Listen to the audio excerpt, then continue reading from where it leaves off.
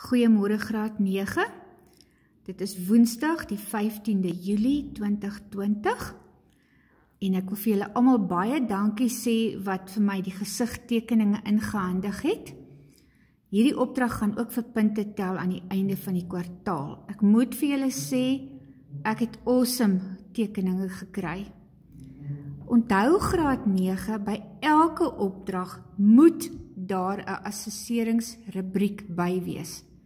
Anders is dit vir my baie moeilik om jou opdrag te merk.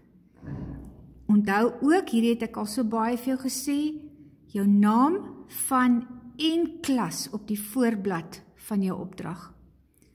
Opdragte sonder name, vanne en klasse kan ongelukkig nie gemerk word nie. Baie dankie vir jou samewerking in hierdie verband. Onthou graad 9, hierdie is baie belangrik. Jy moet asseblief jou eie tekeninge doen. Onthou, jy moet die punte kry, nie mamma, pappa of sussie of boetie of ouma of oupa nie. Goed, verlede week is opdrag 5 aan jou gestuur deur middel van WhatsApp. Dit handel oor teken met lyne, waar jy slegs diagonale, zigzag en gekurfde lyne mag gebruik het.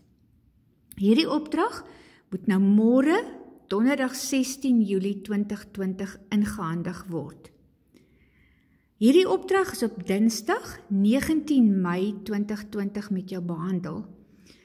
Graad 9, ek gaan nou nie alles herhaal nie, jy moet maar teruggaan na daardie videoles om te sien wat ons behandel het.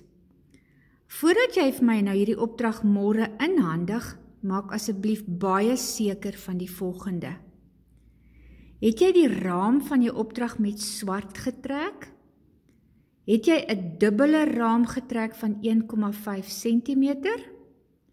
Het jy die stippelkunstegniek in die raam gebruik? Het jy verskillende vorms gebruik met die stippels? Is jou kunstegniek ook in swart gedoen? Het jy al die verskillende lyne gebruik, naamlik diagonale lyne, zigzag lyne en gekurfde lyne? Het jy die assesseringsrubriek op 'n nuwe A4 bladsy gedoen? En onthou, graad 9, ons werk altyd netjies en ons is altyd kreatief. Baie dankie vir julle harde werk. Ek is trots op julle. Mooi bly, ons praat weer.